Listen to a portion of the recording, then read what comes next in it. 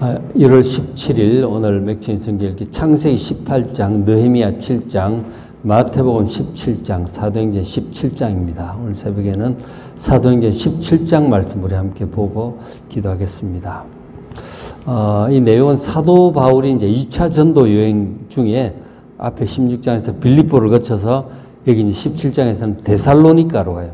데살로니가를 거쳐서 그 다음 베레아, 그 다음에 아테네까지 가서 복음을 전한 내용을 기록을 하고 있습니다.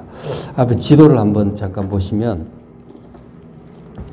여기가 그리스잖아요. 여기가 터키 쪽인데 여기서 이제 막 애를 쓰다가 마게도냐 사람이 와서 도와달라 그래가지고 건너가잖아요. 첫 도시가 빌립보입니다. 그리스 북쪽이죠. 북쪽을 마게도냐, 남쪽을 아가야라 그러죠. 그래서 빌립보에 갔다가 거기 16장이고 그 다음에 데살로니가로 가요. 데살로니가로 이제 가서 복음을 전하다가 그 다음 또 베레아로 가요. 베레아에서 복음 전하 쭉 남쪽으로 내려가서 아테네죠. 고린도는 이쪽에 있어요.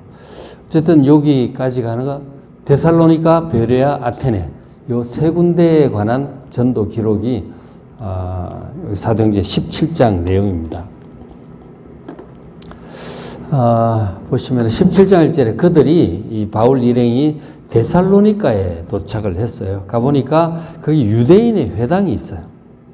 주로 이제 복음 전할 때 보면 유대인들이 이미 바벨론 포로 이후로 흩어져 가지고 세계 각지에 막 다 살고 있었거든요. 모이면 그들이 마을에 회당을 꼭 지어요. 거기서 예배를 드리고 그렇게 했단 말이에요.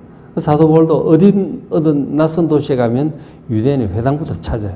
가면은 거기서 뭐 유대인들은 숙소도 있고 잘 수도 있고 뭐 식사도 도움도 받을 수도 있고 이제 그렇거든요. 뭐 직업 소개 받을 수도 있고 이제 그래요. 그 이제 가서 이제 하는데 복음을 전하기가 좋아요. 왜냐하면은 전혀 생짜 아무것도 모르는 사람들이 아니고 거기 가면 적어도 구약 성경을 알고 있거든요. 여호와 하나님을 알고 선지자들을 알고 있는 거예요. 그리고 거기에 이제 이방인들도 회당 예배 참석하는 사람들이 꽤 있었어요. 그걸 하나님을 경외하는 이방인들, 이제 그렇게 얘기를 하죠. 그러니까 구약 성경을 알기 때문에 복음 전하기가 참 좀 수월한 거죠. 주로 이제 회당에 가서 복음을 전합니다. 그리고 이제 가서 회당 예배를 드리는데 우리 이제 교회 같은 경우는 설교하는 목사가 있잖아요. 회당에는 딱히 이제 그런 사람들이 없다고요. 회당 관리자는 있는데 회당장이 있잖아요. 관리하는 사람이 있는데 따로 이렇게 설교를 하는 사람이 뭐 좀 있기도 하겠지만 근데 이제 누구든지 이제 얘기를 하게 해요.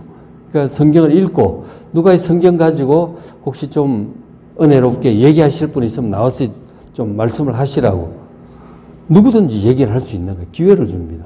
그럼 사도 바울이 딱 일어나서 나와가지고 그때 이제 그 성경 가지고 예수 복음을 전하는 거죠. 그러니까 회당이 복음 전하기가 좋은 그런 곳이었어요. 그래서 이제 2절에 바울이 새 안식일 3번, 이거죠? 안식일마다 예배를 드리는데 3주에 걸쳐서 성경을 가지고 강론을 해요. 설명을 하는 거죠. 설교를 하는 거예요. 그 뜻을 풀어가지고 쭉 얘기를 하는데 주된 내용이 뭐냐면 예수님이죠. 구약에 예언한 그 예수님을 얘기를 하는 거예요. 뜻을 풀어 이 그리스도는 이제 구약적인 말로는 메시아죠. 그죠? 메시아. 이 메시아, 즉 그리스도가 해를 받고 죽을 것이다 하는 거예요. 특히 이제 이사야 53장에 있는데 보면은 그가 찔림은 우리의 허물을 인함이요 그가 상함은 우리의 죄악을 인함이라. 그런 말씀들이 쭉 있잖아요. 우리 대신 고난을 받고 죽을 것이다 라고 하는 그런 말씀들이 있어요. 그가 찔릴 것이다. 그런 말씀들이 있죠. 그래서 해를 받고 죽을 것이고 그리고 죽은 자 가운데서 다시 살아나야 할 것이다. 근데 부활에 대한 그런 말씀도 있죠. 시편 16편 이런 데 보면은 그가 썩음을 당하지 않을 것이다. 다시 살아날 것이다. 그런 이제 말씀들이 있는 거죠. 그러니까 그리스도가 우리 대신 해를 당하고 죽는 것과 부활할 것이라고 하는 그런 말씀들이 있다는 거예요. 그런 걸 소개를 쭉 하고 그러고 나서 이제 결론적으로 말하기를 증언하여 이르되 내가 너에게 전하는 이 예수, 바로 나사렛 예수, 그분이 그리스도다, 메시아다 라고 이제 구약 성경을 가지고 예수님이 메시아이심, 그리스도이심을 소개하는 거죠. 예수 그리스도, 예수가 메시아다 이런 뜻이죠. 그런 내용을 구약 성경을 알고 있는 사람들에게 쭉 예수 복음을 전했어요. 바울이 오기 전까지는 그런 얘기는 못 들어본 거죠. 그냥 구약적인 그것만 했지 예수 얘기는 이제 못 들어본 거죠. 구약에 예언된 그분이 바로 나사렛 예수다 그렇게 얘기를 한 거죠. 그래서 이제 그 얘기를 듣고 그 데살로니가 사람들의 반응이 이제 어떠했느냐 하는 거죠. 17장 4절에 경건한 헬라인의 큰 무리, 헬라인이 이제 헬라 사람 이방인이잖아요. 경건한 헬라인이라고 하는 것은 이제 하나님을 여호와 하나님을 섬기는 이방인들인 거죠. 이미 이제 바울 오기 전부터 회당 예배에 참석해서 여호와 하나님을 알고 아브라함의 하나님, 다윗의 하나님 그런 얘기를 이제 알고 있었던 거죠.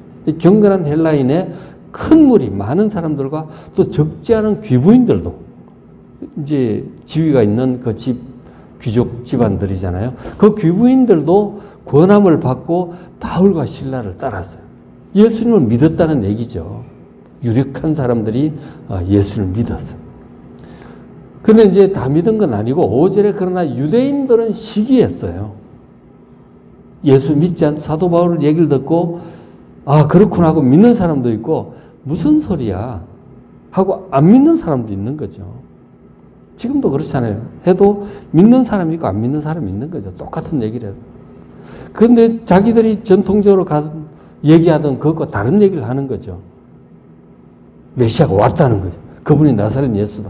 그거를 자기들은 안 믿을 수가 없는데 많은 사람들이 믿는 거예요. 이방인들 믿는 거라고. 시기심이 막 나는 거죠. 그래서 이 사람들은 방해를 하는 거예요. 그러면서 방해하기를 7절에 이 사람들이 이 바울 일행이죠. 이 사람들이 다 가이사의 명을 거역하여 말이다. 가이사는 로마 황제 시저를 얘기하잖아요. 그 로마 황제의 명을 거역하여 말하되 다른 임금 곧 예수라는 이가 있다. 다른 왕이 있다는 거예요. 지금 로마 황제는 로마의 가이사잖아요. 근데 다른 왕을 얘기하면 이거는 반역이죠. 그죠? 그 천하를 이런 식으로 어지럽히고 다닌다. 반역을 일으키는 자다. 로마 황제에게 반역을 일으키는 자다. 막 그럼 이제 그렇게 고소를 하는 거죠. 그래서 이제 이거 안 되겠다 싶어가지고 이제 데살로니가에 있는 사람들이 이웃 도시로 가는 게 좋겠다. 아무래도 당신을 붙잡으려고 하니까 이웃 도시로 가는 게 좋겠다. 그렇게 해서 이제 이웃 도시로 이제 가게 되는 거죠. 그러니까 데살로니가에서 방해하는 이 사람들 때문에 어쩔 수 없이 이웃 도시로 가게 돼요. 그래서 생겨난 교회가 이제 데살로니가 교회인 거죠. 데살로니가 전서 후서 있잖아요. 거기 보면은 너희의 그 믿음이 온 마게도냐 지역에 소문이 났다. 너희 사랑의 수고, 그 소망의 인내, 이런 것들 있잖아요. 믿음. 이런 것들이 소문이 났다고 바울이 굉장히 기뻐하는 그런 내용의 편지를 데살로니가에 보내게 돼요. 데살로니가 전서 후서 바로 이 교회에 보낸 편지죠. 그리고 이제 이웃 도시로 이제 갔는데, 이웃 도시가 베르야. 17장 11절 베르야에 갔는데, 거기 가서 복음을 전했는데, 거기 있는 사람들은 데살로니가에 있는 사람들보다 더 너그럽다 그랬어요. 너그럽다는 말은 마음이 넓다는 뜻이잖아요. 그러니까 다른 이제 이방 종교라든가 다른 얘기를 하는 사람들에 대해서 좀 더 열린 마음, 오픈 마인드가 있었다는 거죠. 그러니까 근데 이제 마음이 이제 닫혀 있는 사람은 자기하고 다른 얘기를 하면 탁탁 튕겨내죠. 딱 자기가 알고 있는 그것만 최고야. 그러나 이 마음이 좁은 사람들이 닫힌 사람들이죠. 그러니까 베레에 있는 사람 마음이 좀 너그럽고 열린 마음을 갖고 있는 거예요. 그래 하고 이제 잘 들어보는 거예요. 남의 말을 이 열린 마음, 오픈 마인드로 잘 듣는 사람들이었던 거죠. 그래서 간절한 마음으로 여기에 이제 진리가 있지 않은가, 구원의 진리가 있지 않을까 싶어서 간절한 마음으로 아주 열심히 그렇게 말씀을 들어요. 참 열심히 듣습니다. 선입관념, 배타적인 이런 게 없는 거죠. 잘 듣습니다. 그리고 그것이 그러한가 해서 그런가 싶어서 성경 가지고 얘기를 하니까 자기들도 성경을 막 읽어보는 거죠. 이사야서 얘기하면 이사야서가 막 읽어보고, 다윗 시편 얘기하면 시편 가서 막 읽어보고, 저 사람 말이 바울 말이 맞나? 그러면 보는 거죠. 제가 이제 여러분들에게 설교를 이렇게 하는데 여러분도 가서 이제 오늘을 맥천 성경 읽기를 하셔야 되는 거죠. 그래서 박 목사가 이렇게 설교를 하는데 맞나? 그러고 이제 봐야 되는 거죠. 사도행전 17장을 쭉 보시고 창세기 18장도 보시고 쭉 보셔야 되는 거죠. 그래서 이 사람은 날마다 성경을 산 거예요. 읽어보는 거죠. 연구하는 거예요. 앞뒤를 맞춰보고 이 그런 뜻인가? 참고서적도 찾아보고 막 그렇게 하는 거죠. 그래서 산 거예요. 보니까 맞는 거야. 앞뒤를 따져보고 읽어보니까 저 사도 바울이 말하는 내용이 맞는 것 같아요. 아, 그 나사렛 예수가 메시아가 맞나 보다. 그러면서 하나님을 믿고 예수님을 믿는 거죠, 이 사람들이. 이 베레아에 있는 사람들이 참 좋은 사람들인 거죠. 그래서 12절 그 중에 믿는 사람이 적지 않아요. 많은 사람들이 예수를 믿게 돼요. 직접 막 성경을 읽어보는 거죠. 우리 이제 연예인들 중에도 성경을 굉장히 좋아하고 열심히 읽는 사람들이 있더라고. 특히 조혜련 같은 경우는 엄청 열심히 읽더라고.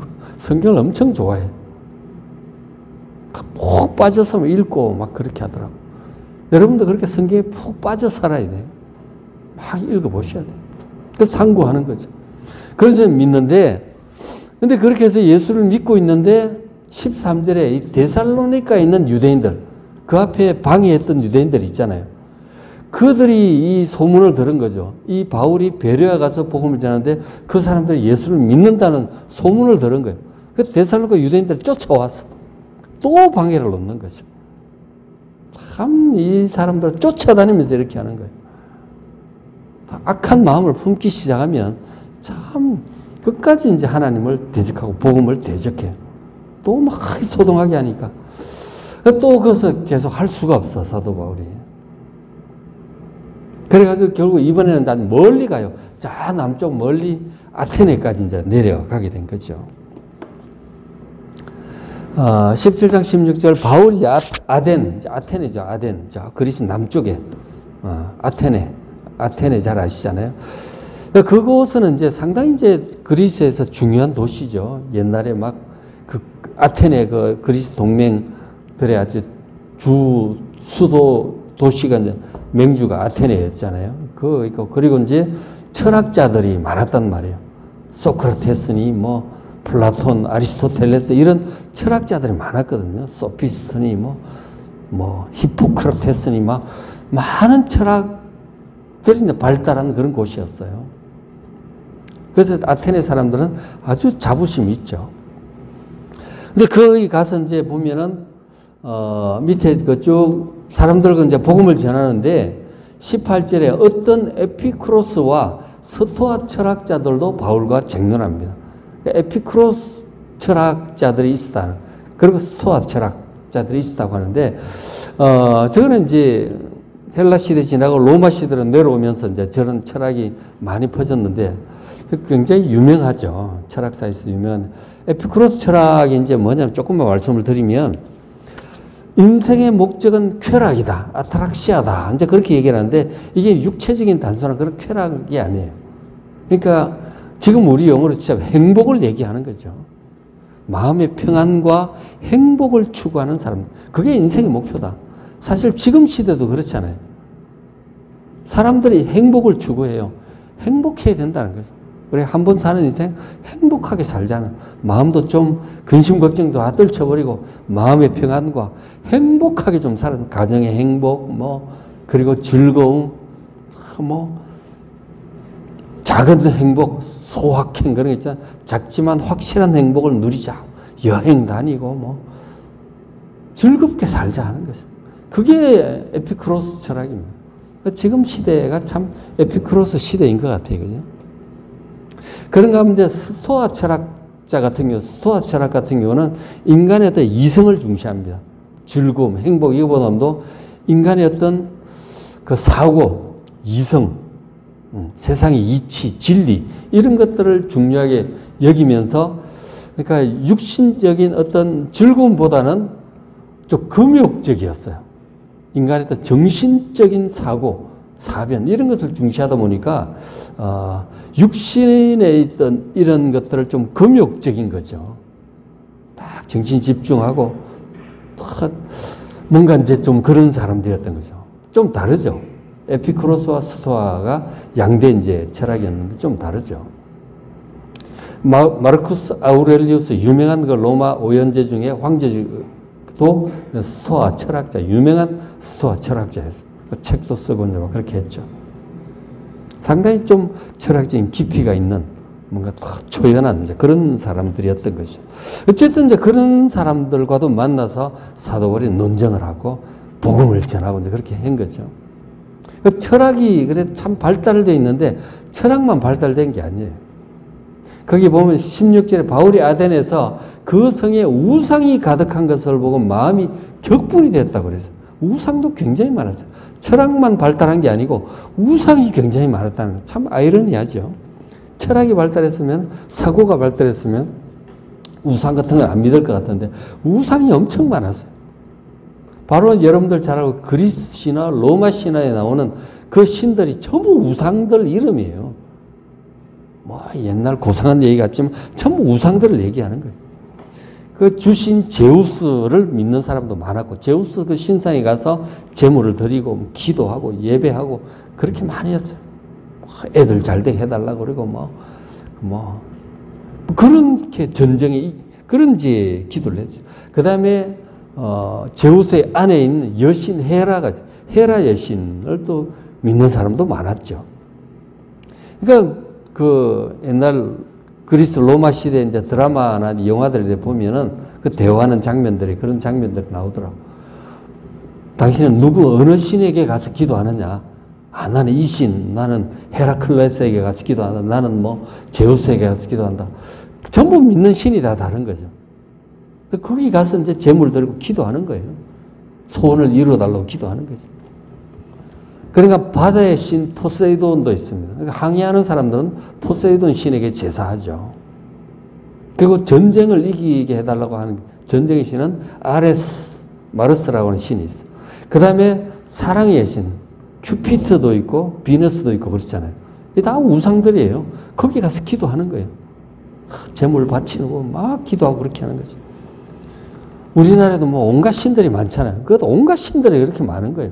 이게 그냥 그 신화에 나오는 뭐 스토리 그게 아니고 진짜가 우상들이라니까 전부 다. 그런 걸 보고 사도 바울이 막 격분이 난 거죠. 이 우상을 버리고 돌아오라고 하는 거죠. 그래서 17절 회당에서 가서 유대인들과 또 경건한 사람들에게 또 복음을 전하고 장터 시장에 가서는 날마다 만나는 사람들과 변론하고 전도하고 열정적으로 전도를 했습니다. 그렇게 하고 있다 사람들이 사도 바울 얘기를 좀 제대로 들어보고 싶다 그래가지고 사도 바울 함께 가자고 얘기를 합니다. 그 토론하고 재판하는 그 공식적인 자리가 있어요. 그 아레오파고라고 하는 그 파르테논 신전 그 좀 아래쪽에 보면은 아레오파고라는 그런 곳이 있대요. 거기 이제 일이 벌어지면 재판도 하고 그다음 민회 국회 같은 거 있잖아요. 그런 것도 하고 토론도 하고 민주주의 국가니까 모여서 토론들을 그렇게 많이 하는 거예요. 공식적인 토론 장소 뭐 그런 재판 장소 그런 곳이죠. 거기에 이제 사도 바울 같이 가자 이래가지고 앞에 세워놓은 거죠. 당신이 얘기하는 걸 정식으로 얘기를 좀 해봐라. 그래서 사도 바울이 거기서 쫙 복음을 얘기를 합니다. 그 모인 사람들에게 그 철학이라든가 뭐 이런 거 뭐 진리를 추구하는 사람들이 쫙 모인 거죠. 거기 쫙 이제 설교를 전도하게 되었어요. 그런데 이제 회당에서 하는 전도는 또 다른 거죠. 회당은 구약을 아는 사람들 하는데 얘는 일자 무식이었어. 성경은 전혀 몰라. 완전 불신자들이죠. 이들에게 이제 복음을 전하는 것은 내용이 다를 수밖에 없죠. 전혀 모르니까. 그래서 이제 사도행 17장 아테네에서의 설교는 그 앞 뒤에 있는 설교들과 상당히 달라요. 그 앞뒤에는 이제 주로 회당에서 하는 설교니까 이제 그 성경을 토대로 하는데 이건 전혀 모르니까 이제 이런 특이한 설교를 이제 좀 하게 되었죠. 어떻게 이제 설교를 했느냐면 24절에 먼저 창조주 하나님부터 소개를 합니다. 여호와 하나님 모르니까. 이 사람들 신이라고 하면은 뭐 제우스 신, 뭐 헤라 여신, 포세이돈 이런 신들밖에 모르잖아요. 참 신을 몰라, 창조주를 몰라요. 그래서 참 신이신 진짜 유일한 창조주 하나님, 여호와 하나님에 대해서 소개를 해주는 거죠. 24절에 자, 참 신이 어떤 분이냐? 우주와 그 가운데 있는 만물을 지으신 분이시다 하는 거죠. 우주와 그 가운데 만물을 이 하나님이 지으셨다. 그리고 이분은 천지의 주제시다. 천지의 주인이고 그리고 다스리시는 분이시다 하는 거죠. 뭐 자기들 제우스 신을 좀 그렇게 비슷하게 이제 여기고 했으니까 뭐 제우스 신을 지금 얘기하는 건가 뭔가 그러면서 듣겠죠. 그런가 하면 또 만민에게 세상 모든 사람들에게 생명을 주시고 호흡도 주시고 그리고 필요한 만물을 주신 분이시다. 만물을 창조해서 사람들에게 맡기시고 그 먹을 것도 공급하시고 그런 분이다. 우리에게 생명을 주시고 호흡하게 하시는 분. 그분이 참신이시다. 그리고 또 20절 그는 그 하나님은 우리 각 사람에게서 멀리 계시지 않는다. 보통 신은 저 하늘 위에 있고 사람들 밑에 있는 걸 하는데 하나님이 그렇게 멀리 계시지 않는다. 사실 우리가 신약 이 말씀 보고 구약 이 하나님과 아주 가까이 동행하는 그런 장면들을 보잖아요. 아브라함도 그러고 다윗도 그러고 이사야에게 말씀하시고 하나님은 멀리 하늘 위에 계시는 분이 아니에요. 천지에 충만하시고 실제로 우리 안에 들어와 계시고 막 그러지 않아요? 그런 얘기를 하는 거죠. 멀리 계신 분이 아니다. 그리고 28절 우리가 그를 힘입어 살며 기동하며 존재한다. 그 하나님을 힘입어서 우리가 살아가요. 생명의 능력이 하나님께 있다. 그리고 움직이기도 하고 우리가 존재한다. 그런 하나님이시다. 그죠? 막연한 뭐 그런 하나님이 아니라는 거죠. 그리고 우리가 그의 소생이다. 우리가 하나님의 자녀들이다 하는 거죠. 그러니까 하나님이 어떤 천지 만물을 창조하시고 우리 생명을 주신 분이심을 생명의 아버지이심을 지금 이제 소개를 한 거죠. 이 그리스 로마 신화에 나오는 그런 신들과는 상당히 느낌이 다른 거죠. 그런 여호와 하나님을 소개를 먼저 했어요. 그리고는 이제 그 하나님이 이제 뭐라고 말씀하셨느냐면 17장 29절에 하나님을 이 천지에 충만한 그 전능하신 하나님을 금이나 은이나 돌에다 새긴 것과 같이 여길 것이 아니라 이런 우상들하고 비교할 수 없다는 거죠. 그런 제우스 신, 비너스 신 조각을 다 해놓잖아요. 하나님은 그런 분이 아니다. 이렇게 형상화할 수 있는 분이 아니다. 실제로 하나님께서는 우상을 만들지 말라고 그러셨죠. 하나님을 형상화하지 말라고 그래요. 천지에 충만하신 하나님을 어떻게 우리가 하겠어요? 기도를 통해서 우리가 나아가는 것이지. 그렇게 조각하고 우상을 만들 것이 아니다는 거예요. 그러니까 모를 때는 하나님께서 내버려 두셨는데 30절 이제는 예수님이 오셨고 이제 복음을 선포하셨잖아요. 이제는 어디든지 명하사 회개하라 하셨다는 거예요. 회개하라. 천국이 가까이 와 있다는 거예요. 우상 이런 거 더 이상 섬기지 말고 참 하나님께로 회개하고 돌아오라는 거예요. 그리고 31절에 이는 정하신 사람, 하나님께서 정하신 사람, 한 사람이 있다는 거예요. 그분이 바로 나사렛 예수죠. 예수 그리스도예요. 자, 그러니까 하나님의 아들 그리스도를 지금 소개를 시작을 하는 거죠. 그분으로 하여금 천하를 공의로 심판할 날을 작정하셨다는 거예요. 온 세상 사람들을 공의로운 하나님의 법도를 따라 심판하실 것이다. 그리고 이에 그를 그 정하신 그 사람 나사렛 예수 그분이죠. 그분을 죽은 자 가운데서 다시 살리셨다는 거예요. 그 부활한 그분이 바로 최후의 심판자다 하는 것이죠. 그분을 믿어야 된다라고 지금 얘기를 하는 거죠. 그러니까 최후의 심판자이시고 하나님의 아들이고 그리스도인 그분이 그리스도인 증거가 뭐냐?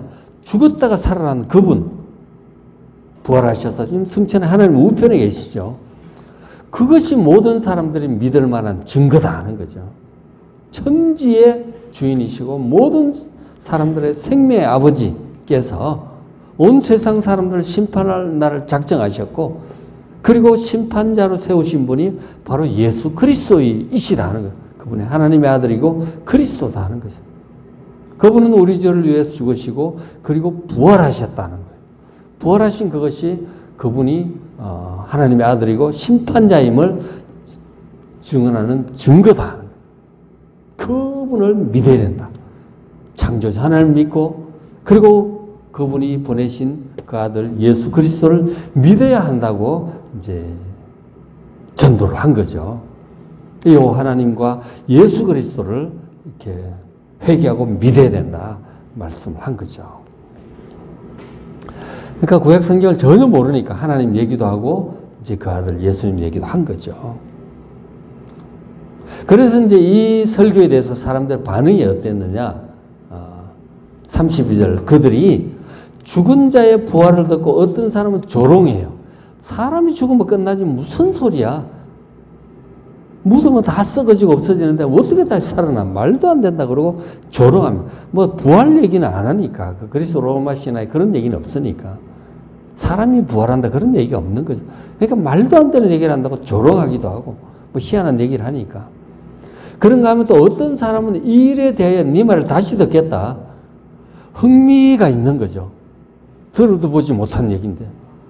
그리고 뭔가 마음이 좀 끌리는 거죠. 관심이 있는 거예요. 좀 더 듣고 싶다. 관심을 보이는 사람도 있었고요. 그런가 하면 또 34절에 몇 사람은 그를 가까이 믿었어요.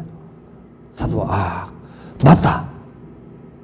그냥 확 이렇게 믿어진 거죠.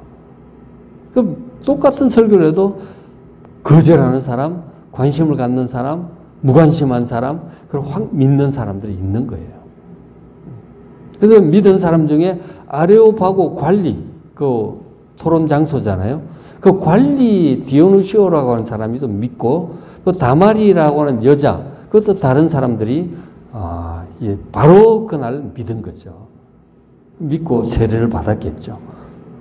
그래서 그렇게 해서 아테네에 복음이 전해졌던 거예요. 사도 바울이 참 열심히 하죠. 참 열정적으로 전도하는 그런 모습을 보게 됩니다. 그래서 우리도 사도 바울과 같은 이런 전도 열정을 달라고 기도하는 이 시간 되시길 바랍니다. 자, 오늘 맥체인 성경 읽기 창세기 18장, 느헤미야 7장, 마태복음 17장, 사도행전 17장 말씀 잘 읽으시고 은혜 많이 받으시기 바랍니다.